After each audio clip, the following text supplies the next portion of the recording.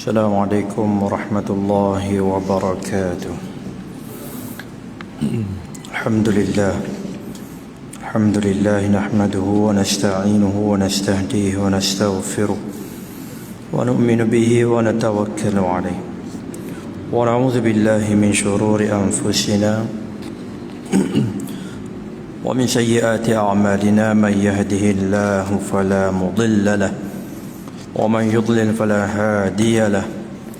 اللهم صل وسلم وبارك على سيد المرسلين خاتم النبيين محمد الأمين وعلى آله الطاهرين وأصحابه الطيبين ومن تبعهم بإحسان إلى يوم الدين. أما بعد، سبحانك لا علم لنا إلا ما علمتنا إنك أنت العليم الحكيم. ولا حول ولا قوة إلا بالله العلي العظيم. اللهم يسر ولا تعسر وتمم بالخير. اللهم لا سهل إلا ما جعلته سهلا وأنت تجعل الحزن سهلا إذا شئت سهلا. اللهم يا معلم إبراهيم علمنا ويا مفهم سليمان فهمنا. اللهم افتح علينا فتوح العارفين وانشر علينا من خزائن رحمتك يا أرحم الراحمين. والحمد لله رب العالمين. Alhamdulillah, puji dan syukur pada Allah Subhanahu Wa Taala yang pertemukan kita pada malam ni untuk kesekian kalinya dalam rangka kita berkongsi perkara-perkara agama. Berkongsi perkara-perkara agama dalam rangka kita mewujudkan apa yang difirmankan oleh Allah Subhanahu Wa Taala, wa tawassaw bil haqqi wa tawassaw bis sabr. Sahabat-sahabat, para asatizah, tuan-tuan guru, alim ulama, muslimin muslimat yang dirahmati Allah Subhanahu Wa Taala, insya-Allah malam ni perkongsian kita ialah berkenaan dengan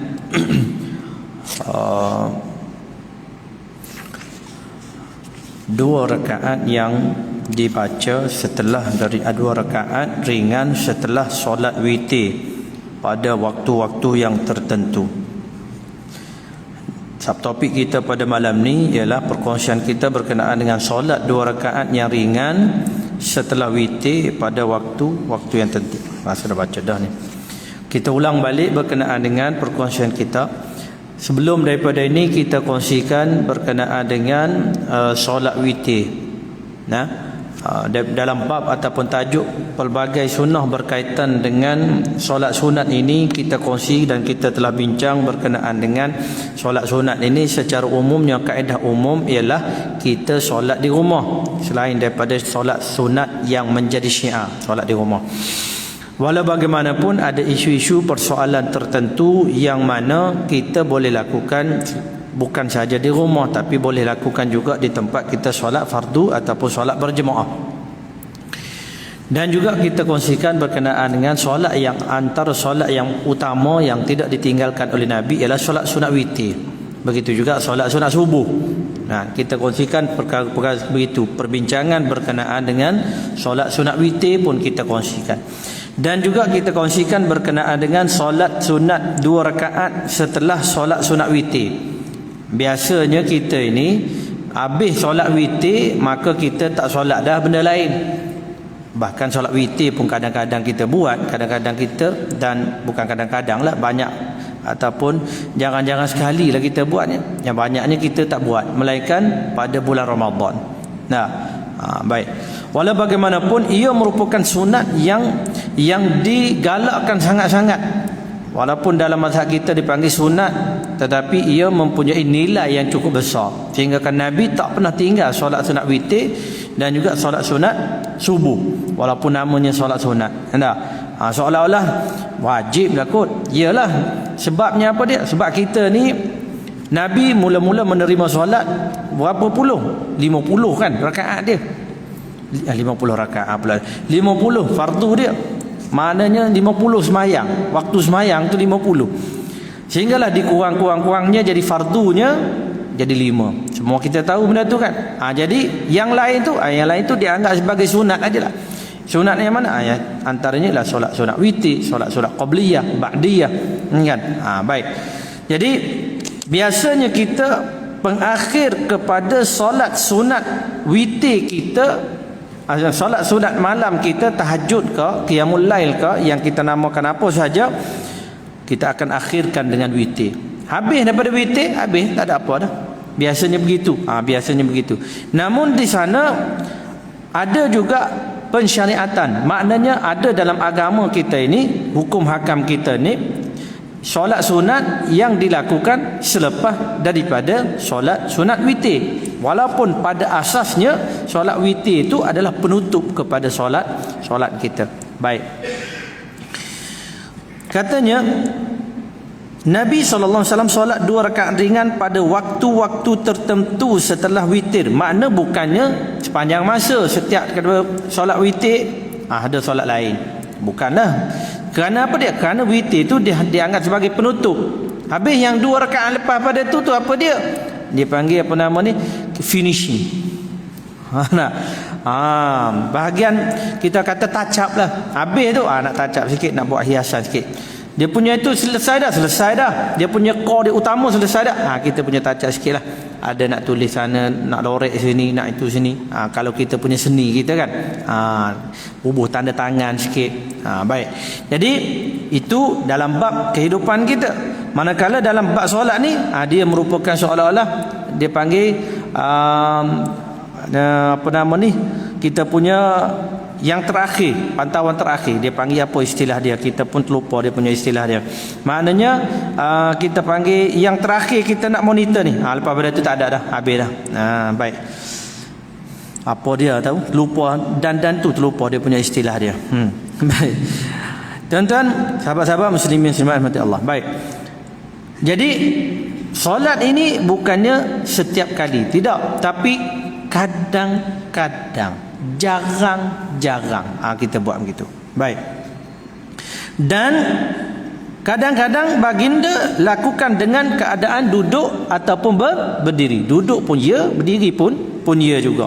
Ikutlah, nak buat duduk pun boleh, berdiri pun boleh.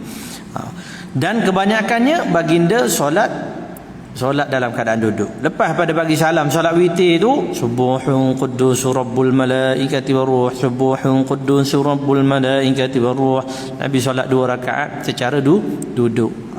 Baik. Jarang benar Nabi berdiri. Dah le solat tu jarang-jarang dilakukan. Dalam jarang-jarang dilakukan tu, jarang-jarang Nabi berdiri. Kita kalau nak berdiri pula, dah lah kita memang jarang-jarang. Witir pun jarang-jarang buat dah. Yang tu tak tahulah buat ke tidak, memang tak buat juga. Dah witir pun jarang-jarang buat ni dah. Baik. Sebab kita tak nampak dia panggil keistimewaan solat witir tu. Kita tak nampak keistimewaan. Sebab itulah kadang kita pandang sebelah mata je, bahkan kadang tak pandang pun. Penjelasan ini, penjelasan Nabi. Walaupun Nabi bersabda jadikan solat witir sebagai penutup solat. Ni kita ulang balik apa yang kita kongsikan hari itu. Walaupun Nabi pernah sebut bahawa jadikan witir sebagai penutup solat, tetapi walau bagaimanapun, sebagaimana solat maghrib. Solat maghrib Nabi kata penutup solat kan. Nabi kata penutup solat kan. Solat siang tu maghrib. Tapi lepas pada tu ada pula solatnya. Kan. Solat apa dia? Solat ba'diyah maghrib. Begitu jugalah witir, walaupun penutup kepada solat malam, ada juga selepas daripada tu. So umpama dia ba'diyah lah, ba'diyah witir, kan? Final touch apa tahu dia panggil. Kalau salah memang salah lah, saya tak pandai sangat istilah-istilah tu. Baik. Habis dia. Jadi maknanya kita solat. Cuma macam mana keadaan dia? Apa yang dibaca dalam solat tu? Apa yang dibaca? Katanya Imam Ahmad meriwayatkan dalam Al-Musnad dan Musnad Imam Ahmad dengan sanad yang ditahsinkan. Apa dia? Katanya daripada Umamah, anna Umamah ni adalah merupakan cucu Nabi SAW kan, anak kepada Zainab. Anna Rasulullah SAW kana yusalli rak'atain ba'dal witri wa huwa jalisun yaqra'u fihima bi idza zulzilatil ardu zilzalaha wa qul ya ayyuhal kafirun. Dia baca dua tu. Katanya apa dia? Rasulullah, kata Umamah, Rasulullah SAW solat 2 rakaat setelah solat witir dalam keadaan baginda duduk dan pada kedua rakaat itu baginda membaca iza zulzilatil ardu zilzalaha iaitu surah zalzalah dan qul ya ayyuhal kafirun iaitu surah al-kafirun. Nampak gaya panjang juga bacaan tu ya. Ingatkan inna a'tainakul wallah aja. Rupanya panjang juga. Iza zul pula tu duduk. Tu dia. Yang ni sebagai apa dia, kalau kita nak baca. Yang penting baca surah selepas daripada Fatihah itu sunat. Nak dapat pahala add-on selaras dengan apa yang dibuat oleh Nabi, dilakukan oleh Nabi, disebut oleh Nabi, itu pahala add-on. Baik ya. Jadi kalau nak pahala add-on, dah lah sembahyang tu sunat, add-on dah. Add-on, double add-on. Kan? Tu dia. Mahal tu. Melainkan kalau McD aje lah. Kalau kita beli dia punya burger saja mahal. Tambah dengan dia punya french fry, tambah dia punya tu, jadi lebih murah berbanding dengan tempat lain. Ya tak? Pernah beli? Tak pernah beli. Saya pun tak pernah. Tapi dengar orang cakap begitu. Baik. Patutlah ramai tu beli McD dah. Burger McD. Memang dia punya apa nama ni, berjaya dia punya iklan dia. Pasal apa dia? Kita ni bila diulang sebut, diulang tayang, kita pun terasa nak buat juga kan. Sebab tu jangan duk promosi benda-benda karut. Kalau promosi benda-benda baik, dia akan jadi benda baik. Macam anak kita juga, kalau kita bercakap benda-benda yang baik aja sepanjang masa, dia akan terikut. Kalau kita pun cakap benda yang buruk sepanjang masa, tak? Mencarut aja, anak kita jadi itu. Begitu juga perangai kita, tak? Begitu juga kehidupan mana-mana. Dia panggil status quo. Tak? Biasanya anak petani dia tahu pertanian. Kadang dia pula meneruskan legasi bapa dia. Anak nelayan teruskan legasi. Anak penanam tembakau teruskan legasi. Anak siapa? Hatam, pemuzik, peguam, doktor, lawyer, ahli politik. Semua dia ada legasi dia. Pasal dia duk nampak bapa dia duk buat begitu. Kan? Sedikit sebanyak ada kesan dalam diri dia. Jadi kita ini, kita sebut apa dia, maka kita juga apa nama ni, kalau dengan anak kita lebih lagi lah, dengan cucu alhamdulillah dah, cucu dah elok dah kita sekarang kan. Dengan cucu, peringkat cucu, kita punya apa nama perwatakan kita dah lembut dah. Masa dengan anak kita je lah nampak macam keras, tegas dan sebagainya. Tapi dalam masa yang sama kita nak kena jaga kita punya kelakuan kita, apa nama ni, perkataan kita. Baik. Jadi Nabi SAW ini kita katakan add-on. Add-onnya ialah dengan kita baca surah Al-Zalzalah dan juga Al-Kafirun. Kalau nak dapat pahala lebih lah, dengan niat kita ikut Nabi SAW. Kalau baca yang lain boleh aja, tak ada masalah. Sebab dia solat ringan aja. Dah nama solat ringan. Khafifah, salatan khafifatan ba'dal witri. Dua rakaatain khafifatain ba'dal witri. Dua rakaat yang ringan setelah solat witir. Ringan lah tu bagi kita. Apa nama, bila sebut ringan maknanya inna a'taina idza ja qul huwallah, itu ringanlah surah tu, kan? Bagi Nabi, bagi para sahabat ringannya iza zud dengan qul ya, itu ringan. Ringan tak betul kan? Kalau takut tu ringan, kita takut tu panjang tu. Kalau imam baca solat maghrib tu iza zul, lepas tu baca pula qul ya, rakaat kedua panjang. Kita rasa ringan macam mana? Kita rasa maghrib tu kena kuliah qul huwallah, baru ya kuliah. Itu baru ya maghrib ni, kata dia. Walau bagaimanapun tak apalah, nak buat macam mana, mungkin keadaan kita tak sama, tak? Dari aspek waktu makin singkat. Iza iqtarabas sa'a taqarabaz zaman. Iza iqtarabatis sa'a taqarabaz zaman. Dia punya apabila dah hampir kepada kiamat ni, masa pun akan jadi pendek. Kita rasa cepat aja masa berlalu, tak? Kejap aja. Baik. Ambil di situ. Dan seterusnya solat 2 rakaat apabila pulang daripada solat hari raya. Lambat lagi lah kita ni, tapi bacalah juga sebab berkenaan dengan solat sunat, kan? Baik. 2 rakaat apabila pulang daripada berhari raya. Lambat lagi, walaupun lambat lagi kita hari raya, tapi kita katakan buat, dia panggil ambil feel dulu. Sat lagi mungkin kita bincang hari raya, sat lagi ada hari raya pula bila bulan Ramadan nanti. Itu kalau diizinkan Allah, kita masih bersua. Baik. Ataupun ustaz-ustaz mana pun boleh ulas, boleh hurai. Imam pun boleh, tak? Imam masjid. Kadang masa saya jadi imam dulu, saya ada ulaskan. Masa jadi imam kita ambil peluang. Sebabnya apa nak kita katakan AJK, pegawai masjid yang dilantik dalam mesyuarat agung dan juga digazetkan oleh JAIS, MAIS dan sebagainya kan, mereka ni adalah orang yang ditauliahkan untuk bercakap di tempat autoriti dia, teritori dia. Kan, autoriti pula.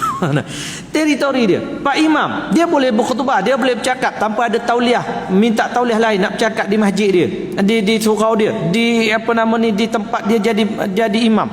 Boleh aja, tak ada masalah. Nah, AJK lain pun boleh bercakap bagi pihak mana? Bagi pihak AJK. Pasal tak perlu minta tauliah apa. Kadang-kadang sedih, ada satu tempat tuan-tuan. Nah, kadang-kadang kita tanya, Pak Imam tak berkhutbah ke? Pak Imam tak berkhutbah. Kenapa tak berkhutbah? Sebab sebab AJK tak tak bagi khutbah. Pengurusi tak bagi khutbah. Dia hanya menggantikan khutbah. Pak Imam kena berkhutbah lah patutnya. JAIS yang tauliah kan? Kan? Tu dia. Ini tak faham panduan JAIS. Kalau kita faham, dia ditauliahkan oleh itu tu. Baik. Allahu Akbar. Tak perlu minta, boleh baca dalam panduan pengurusan masjid dan surau bawah JAIS dan MAIS ni. Baik. Jadi kita katakan apa dia? Berkenaan dengan hari raya. Hari raya biasanya kita sebelum daripada solat sunat hari raya tu, kita solat sunat dulu. Dan selepas daripada solat sunat hari raya, kita bersalam balik begitu aja, ataupun pergi ziarah. Ya. Tapi yang sepatutnya ialah kita solat sunat selepas hari raya. Ada ba'diyah solat hari raya tu. Qabliyah tak ada. Ba'diyah ada. Tu dia kan. Yang paling ataupun yang patut kita usahakan ialah selepas daripada tu. Tapi jaranglah orang buat. Kemungkinan orang akan buat solat sunat oleh kerana dia kita buat waktu mungkin dah waktu duha. Maka lepas pada tu orang solat sunat duha aja. Lepas pada solat sunat hari raya tu kan, orang tak solat sunat hari raya. Solat sunat hari raya. Tu berapa kali sunat tu. Solat sunat hari raya ada solat sunat dia, ba'diyah dia. Orang tak buat tu, ba'diyah hari raya orang tak buat. Orang buat biasanya isyraq ataupun semayang duha. Tu aja. Baik. Malam ni kita nak kongsikan solat 2 rakaat apabila balik daripada solat hari raya. Baik. Daripada Abu Sa'id Al-Khudri radhiyallahu anhu, katanya kana Rasulullah sallallahu alaihi wasallam la yusalli qabla al-'Eid shay'an fa idza raja'a ila manzilihi shalla rak'atain. Rasulullah sallallahu alaihi wasallam sama sekali tidak mendirikan solat sebelum solat hari raya, namun apabila baginda pulang ke rumahnya, baginda akan solat 2 rakaat. Begitu. Jadi masih lagi solat sunat ni disunatkan di rumah. Kaedah asal dia. Kecuali solat sunat yang menjadi syiar, menjadi dia panggil satu bentuk kemegahan dalam agama, satu bentuk siar raya dalam agama, maka perlu ditonjolkan. Syiar satu bentuk yang ditonjolkan dalam agama, dia simbolik kepada agama, adanya dia panggil lambang keagamaan. Di situ orang nampak ada orang Islam ni. Pasal apa dia? Ada semayang tu. Baik. So maknanya semayang gitu dilakukan di tempat-tempat berkumpulnya manusia selain daripada rumah kita. Antaranya solat sunat hari raya yang kita bincangkan hari itu. Baik. Selepas daripada tu, maka disunatkan juga kita solat sunat ba'diyah hari raya tu. Tu ba'diyah, kita sebut ba'diyah lah, pasal selepas. Qabliyah tak ada. Jadi sebenarnya ada isu pertikaian, kita katakan antara bila kita orang kata dalam hadis ni disebut Nabi tidak dirikan solat sebelum solat hari raya. Maknanya sebelum solat hari raya tu secara umum zahir hadis ni nampak macam apa dia? Tak boleh solat, tak boleh. Datang masjid tunggu solat hari raya je. Lepas solat sunat tu baru kita boleh solat sunat. Sebelum solat sunat hari raya, datang ke masjid ataupun mana-mana tempat nak solat hari raya ni, tak boleh semayang. Habis buat apa? Duduk takbir raya je. Ada orang faham gitu. Walau bagaimanapun, maksud ni ialah tidak ada qabliyah dia tu yang dikaitkan dengan hari raya. Kalau kita datang ke masjid nak solat sunat tahiyat masjid, solatlah. Dia tak ada kaitan dengan solat hari raya, dia ada kaitan dengan masjid. Tak kira lah surau Jumaat ke, solat sunat tahiyat juga boleh, solat sunat tahiyat. Ataupun surau yang bukan surau solat Jumaat pun boleh juga. Sebagai penghormatan dia, penghormatan kepada tempat tadi. Tahiyat tu makna solat penghormatan. Kita hormat tempat tu sebagai tempat berkumpul ataupun tempat dilakukan azan dan solat jemaah. Maka boleh solat sunat, dipanggil tahiyat. Cuma dipanggil masjid lah juga, usolli sunnat tahiyat al-masjid lah juga. Orang kata usolli sunnat tahiyat as-surau pula, niat begitu, tak ada orang niat begitu, kan? Pelik pula kan. Orang kata ni sesat daripada mana pula, usolli sunnat tahiyat as-surau. Bunyi begitu pula, jelas pula tu. Tu belum lagi sebut nama surau tu. Baik, yang penting solat sunat tahiyat secara umumnya boleh. Kan? Habis selain daripada itu, kalau boleh untuk kita merealisasikan beramal dengan hadis ni, maka solat sunat isyraq pun kita buat lepas pada tu. Kalau hanya solat sunat tahiyat aja kita buat, ya kan? Supaya apa dia? Supaya tak ada pertikaian. Kita lari daripada khilaf, lari daripada isu yang boleh membangkitkan, dia panggil apa nama ni, pertelingkahan, perbezaan pandangan. Boleh gaduh tuan-tuan. Banyak. Sebab benda yang kecil boleh menyebabkan gaduh. Walaupun benda besar yang boleh kita bersatu, ada satu benda besar yang boleh kita bersatu, tapi kadang tak bersatu juga. Nak cari juga poin, titik perbezaan, bukan nak cari titik persamaan. Jadi jenuhlah kita. Oleh sebab itu, tak apa, kita hanya solat sunat tahiyat aja. Bila orang tanya solat apa? Solat sunat tahiyat.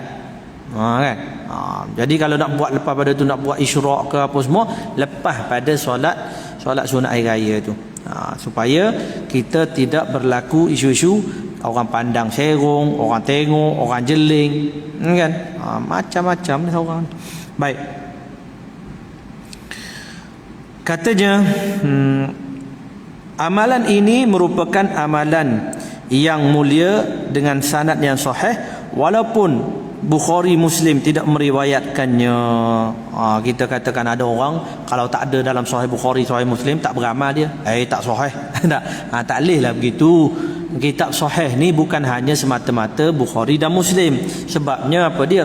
Bukhari dan Muslim ataupun Sahih Bukhari adalah antara dia panggil kitab yang paling sahih. Bukan menafikan kitab lain pun tidak sahih. Bukan menafikan kitab lain itu tak sahih, tapi kita katakan kitab yang paling sahih selepas daripada Quran adalah Sahih Bukhari. Bukan bermakna dalam Bukhari tidak ada hadis yang dikritik. Tak ada juga. Ada hadis-hadis dalam Sahih Bukhari ada yang dikritik oleh ulama. Cuma secara umumnya kita menerima ia adalah kitab yang paling sahih. Begitulah maksudnya. Bukan maknanya tak ada cacat cela langsung, tak ada hadis yang dikritik, tidak. Bagi mereka yang kadang-kadang tidak mendalami ilmu hadis secara khusus, maka kadang-kadang dia terlepas beberapa ifadah ataupun beberapa dia panggil intipati seni dalam ilmu hadis. Baik, sahabat-sahabat muslimin semua mati Allah Subhanahu Wa Taala. Jadi kalau hadis itu ada dalam kitab lain, kemungkinan dalam kitab lain itu lebih sahih daripada yang Bukhari. Kemungkinan ada. Tak ada orang yang menafikan begitu, kecuali mereka yang tak berapa mendalami ilmu hadis menafikan. Ini bertentangan dengan Bukhari. Tak semesti. Begitu kan? Begitu. Allahu Akbar. Baik, banyak lagi ilmu yang perlu kita cari gali yang luas. Sebagaimana kalau kita ni Nabi SAW suruh sangat kita baca surah Al-Kahfi setiap kali hari Jumaat. Kenapa? Kerana di situ ada beberapa kisah dalam kehidupan kita yang boleh diadaptasi daripada kisah Nabi, kisah dalam Ashabul Kahfi, surah Al-Kahfi tadi. Terutamanya dalam kisah Nabi Musa alaihissalam. Kisah Nabi Musa. Bagaimana Nabi Musa orang hebat dah, tapi dia masih lagi tidak mempunyai satu ilmu, yang mana ilmu tadi tidak boleh dipelajari, tidak boleh diajarkan. Kan? Nabi Khidir alaihissalam, ilmu dia tak boleh dipelajari, tak mampu dipelajari dan tak boleh diajarkan. Sebab tak ada kaedah untuk bagaimana nak belajar, tidak ada kaedah bagaimana nak menyampaikan ilmu tu. Kecuali apa dia? Wattaqullah wa yu'allimukumullah. Bertakwalah kepada Allah. Bertakwalah kepada Allah. Nescaya Allah akan ajarkan kepada kamu. Takwa ajalah. Nak takwa macam mana? Mentaati perintah Allah, menjauhi larangan Allah. Itu buat ayat tu. Tapi tak mestinya kita dapat. Ada orang cara takwa dia ialah dengan sembahyang sunat. Jaga sembahyang sunat. Itu cara takwa dia. Tapi kalau tak jaga benda yang dilarang oleh agama, tak jadi juga. Kan? Ada orang cara takwa dia tak mampu nak qiyamul lail, tak mampu nak bangun malam, tak mampu, dia boleh baca Quran. Maka melalui cara takwa baca Quran dia jauhi benda yang haram, maka Allah bagi ilmu pada dia. Ilmu tak semestinya dia jadi keramat berjalan atas air apa semua. Tak mesti. Ya tak? Tapi dia punya pandangan dia, kata-kata dia boleh menerobos masuk dalam hati orang. Itu merupakan ilmu. Baik, Allahu Akbar. Jadi banyak cara dan disebut oleh takwa. Tapi kaedah kita tak tahu. Macam mana nak belajar, macam mana nak diajarkan, tak ada. Allahu Akbar. Jadi tak ada orang yang boleh mendabik dada berkenaan dengan ilmu Allah Subhanahu Wa Taala. Baik. Habis dari itu tuan-tuan, berkenaan dengan pelbagai sunnah berkaitan dengan solat sunat. Baik. Sahabat-sahabat muslimin semua, kita masuk dalam bab yang berikutnya, iaitu berkenaan dengan bab yang ketujuh, pelbagai sunnah berkaitan dengan musafir. Sebab kehidupan kita adalah permusafiran. Kan? Kehidupan kita di dunia ni adalah satu permusafiran, perjalanan. Allahu Akbar. Jadi kita ni sentiasa berjalan. Sebab itulah, oleh kerana kita ni di dunia ni sebagai seorang musafir nak ke akhirat kan, kita semua nak ke akhirat kan. Sebab itulah dalam akidah Syiah antaranya, kenapa kita ni setiap hari kita boleh sembahyang jamak. Kenapa? Kerana kita bermusafir nak balik ke akhirat. Kan? Seronok akidah dia, seronoklah akidah tu. Orang yang nak ikut nafsu memang seronok lah. Lebih-lebih lagi kalau dalam bab nikah kahwin, lagilah senang, lagilah seronok. Tak, buat perjanjian, kita kahwin boleh. Perempuan tu cakap, okey boleh. Berapa jam? 24 jam cukup lah. Berapa nak bagi maharnya? 500 okey lah. Bila okey, suami isteri tu bagi dia. Kan? Kita dah. Itu dipanggil mut'ah tu. Lebih kurang apa dia? Lebih kurang macam pelacur lah juga. Ada. Cuma bezanya tak ada akad dengan pelacur. Tak ada kontrak. Ini ada kontrak perjanjian. Itu dia. Allah Akbar. Sebab tu ramai yang ikut kerana terpedaya dengan da'ayah-da'ayah, akidah-akidah, bawaan-bawaan sesuai dengan nafsu. Terpedaya. Ya Allah Akbar. Baik. Sahabat-sahabat muslimin muslimat, berkenaan sunnah berkaitan dengan musafir. Kita semua ni memang akan bermusafir. Di dunia ni kebanyakan kita bermusafir.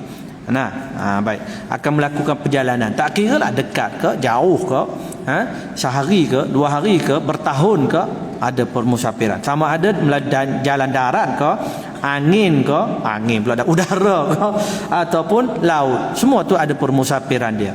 Baik. Yang pertama, subtopik yang pertama ialah mengangkat seseorang sebagai ketua rombongan. Jika jumlah rombongan 3 orang ataupun lebih.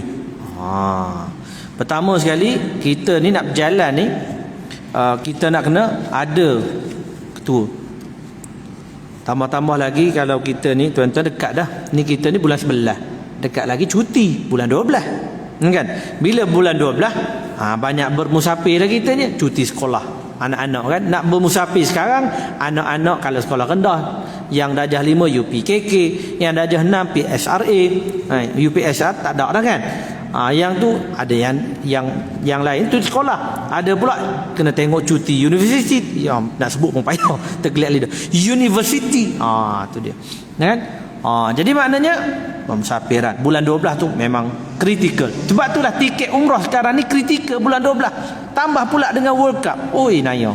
Tak, kesian. Ramai yang tak boleh terbang, ramai tak boleh terbang. Sampai ada yang makin hamun lah travel. Apalah menipu punya travel, kata. Tak, bukan menipu tu tuan. Tak, kalau tuan-tuan alami, sahabat-sahabat tuan-tuan alami, kaum kerabat alami, benda itulah. Kerana apa dia? Kerana airline dia fokus kepada dak bawa orang pergi World Cup. Kerana tambang dia mahal, lagi untung bayar nak pergi umrah murah aja. So lagi untung bawa ke sana. Tapi kalau nak bayar mahal, tu yang harga tiket pun melambung. Nak pergi boleh, kau bayar mahal lah. Pasal apa dia? Pasal kami nak bawa ke World Cup ni, orang nak tengok World Cup. Apa nak pergi umrahnya? Baik, Allahu Akbar. Jadi berebut tiket. Oi, kritikal. Kritikal sungguh tuan-tuan. Jadi sabarlah. Umrah kan? Sabarlah. Allahu Akbar. Jadi kita nak sebut apa dia? Bulan 12 tu kritikal. Maka kita akan bermusafir, tak pergi luar negara pun, dalam negeri. Tak dalam tak luar negeri pun, maknanya tak merentasi negeri, kita dalam daerah kita akan ada juga. So makna kena bermusafir, sama ada sama keluarga kita ataupun dengan kaum keluarga kita, kaum kerabat, family day contohnya. Orang buat family day, ramai buat family day sat lagi. Maka ada tata cara dalam agama tak menghalang musafir, tak. Agama menggalakkan kita bermusafir. Fasiru fil ardi fanzuru kaifa kana aqibatul mukazzibin. Berjalanlah, tengok macam mana akibat orang yang mendustakan agama, orang yang jahat-jahat ni. Ya tak? Fanzur kaifa kana aqibatul mufsidin. Tengok orang yang jenis merosakkan apa dia? Merosakkan alam, merosakkan harta benda. Tengok macam mana keadaan. Nah, tengok. Fasiru fil ard. Allah SWT suruh tu. Baik. Jadi sama ada kita bergerak secara sesama keluarga ataupun sesama kawan ataupun sesama jemaah, maka katanya antara yang disunatkan ialah melantik ataupun mengangkat seseorang sebagai ketua rombongan, group leader, tour leader, bubuhlah apa nama sekalipun. Ya tak? Baik. Daripada Nafi', daripada Abu Salmah, daripada Abu Hurairah radhiyallahu anhu katanya, Nabi SAW bersabda, "Idza kana thalathatun fi safarin falyu'ammiru ahadahum." Qala Nafi', faqultu li Abi Salamah, "Anta amiruna." Baik, kisah dia. Nafi' dia kata apa dia? Nafi' bin Ibn Umar ni, dia kata apa dia? Daripada Abu Salmah, daripada Abu Hurairah. Nah, baik. Dia kata Nafi' menjelaskan satu cerita. Dia kata satu peristiwa berlaku kepada kami, iaitu Abu Salamah. Abu Salamah ni kata, aku pernah dengar Abu Hurairah bagi tahu Nabi bersabda satu hadis. Apa dia? Kalaulah kita ni berjalan 3 orang, maka hendaklah kita melantik ketua rombongan kita. Baik. Nafi' pun bila dengar Abu Salamah kata begitu, dia kata beginilah, dah kamu yang keluarkan hadis tu, kamu ajalah jadi ketua. Enggak. Kita ni tak tahu hadis tu. Dah awak yang tahu hadis tu, okeylah awak jadi ketua ajalah. Kan? Baik, sebab pertama alim. Boleh jadi ketuanya. Sebab apa dia? Sebab tahu hadis Nabi ni, kita tak tahu. Okey. Macam juga kita kena bertanggungjawab dalam semua benda, cadangan, idea kepada masjid, kepada surau. Kalau kita bagi cadangan, bagi idea, kalau kita ada kemampuan, kita kena bertanggungjawab. Ya tak? Dalam mesyuarat agung ke, dalam apa ke, saya mengusulkan kita tubuhkan koperasi masjid, contoh tak? Tubuhkan koperasi masjid. Maka lepas pada tu kita pun lepas tangan. Kita lah bertanggungjawab. Contohnya macam mana nak buat gerak kerja, macam mana perancangan dia, ataupun kita yang jadi ketua koperasi tu. Barulah orang panggil gentleman. Ni bagi cadangan. Pihak masjid dah pandai lah, kita dah bagi cadangan. Janganlah begitu. Tak? Kita pun kena bertanggungjawab. Setiap idea kita, cadangan kita bertanggungjawab benda tu. Jadi sebagaimana dalam hadis ni, apabila 3 orang, maka hendaklah lantik jadi ketua, kata Abu Salamah. Dia dengar daripada Abu Hurairah. Lalu Nafi' kata, kalau begitu awaklah yang jadi ketua kita. Kan? Baik. Katanya lagi,